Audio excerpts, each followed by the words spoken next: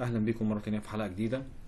النهارده هنتكلم عن شهادات موجوده في البنك الاهلي المصري ممكن يوصل العائد بتاعها لفوق ال 300% كمان. يعني 3 اضعاف المبلغ اللي حضرتك هتحطه في الشهاده.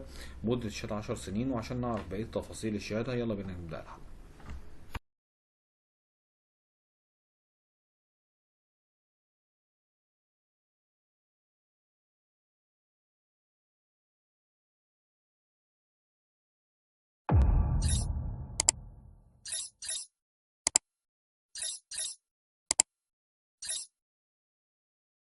زي ما قلنا في بدايه الحلقه ان الشهادات ديت هي عائد 12% تراكمي.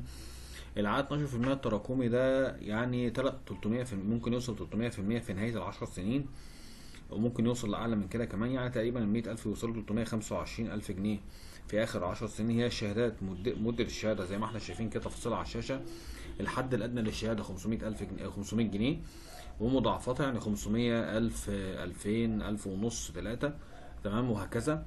يعني زود 500 طول ما انت طالع. مدة الشهادة 10 سنين.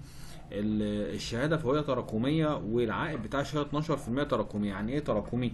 يعني اول سنه مثلا بيبقى مثلا ايه، لو حطيت 100,000 بيحسب اول سنه بيبقى فيه مثلا ارباح 12,000 جنيه مثلا على سبيل المثال. السنه اللي بعدها بيحسب على 112. السنه اللي بعدها بيحسب على الضعف بتاع الايه الشهاده، وهكذا لغايه لما يوصل لغايه ال 10 سنين. لذلك هي 10 سنين تراكميه. ده معنى فكره ان هي تراكمي. لما تيجي تحسبها تقريبا، الحسبة بتاعتها في نهاية العشر سنين ال 100,000 جنيه تعمل 325,000 جنيه تقريبا.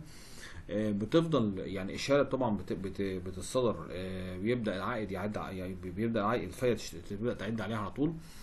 وما ينفعش ترجعها طبعا قبل 6 شهور. وبتفضل الشهاده شغاله معاك، وحتى لو رجعتها بعد 6 شهور عاده ما بتاخدش فايده. يعني الشهاده الالف ما بتخسرش اذا حضرتك رجعتها بعد 6 شهور، ولكن للاسف يعني طبعا بتخسر، يعني ايه، بتفقد الفايده اللي المفروض تحصل عليها. لو سبت الشهاده لغايه اللي هو 10 سنين بتاخد المبلغ اللي انا قلت عليه، اللي هي فوق ال 300%، ممكن يوصل كمان لغايه 325 الف لل 100,000 على كل 100,000 جنيه. الشهاده دي من ضمن الشهادات اللي محدش اتكلم عليها كتير، وممكن بعض الناس ما تعرفش ان في شهادات الف اصلا تراكميه موجوده جوه البنك الاهلي. شهاده ممتازه للفترات الطويله. يعني مثلا لو حضرتك مثلا عندك طفل وعايز تسيب له مثلا مبلغ، ما تجيش جنبه خالص لغايه مثلا ما يوصل مثلا 10 سنين وترجع تجمده له تاني. الشهاده اللي دي بتبقى ممتازه في الحالات اللي زي دي طبعا. بتشتري له مثلا مبلغ معين، بتسيبه مثلا لمده 10 سنين، وهو تمام كمان البرنامج، او ان لو انت عندك التطبيق بيقوم مطلع لك، بيقول لك ان انت خد بالك بعد تاريخ الشهاده تقريبا بيوم او بيومين، بيطلع لك ويوضح لك ان انت يعني ايه، ان الشهاده في نهايه المده ال1000 مثلا هتبقى مثلا 3200 او 225، او مثلا 3000، او ال 100,000 مثلا توصل مثلا 325,000 جنيه في نهايه المده.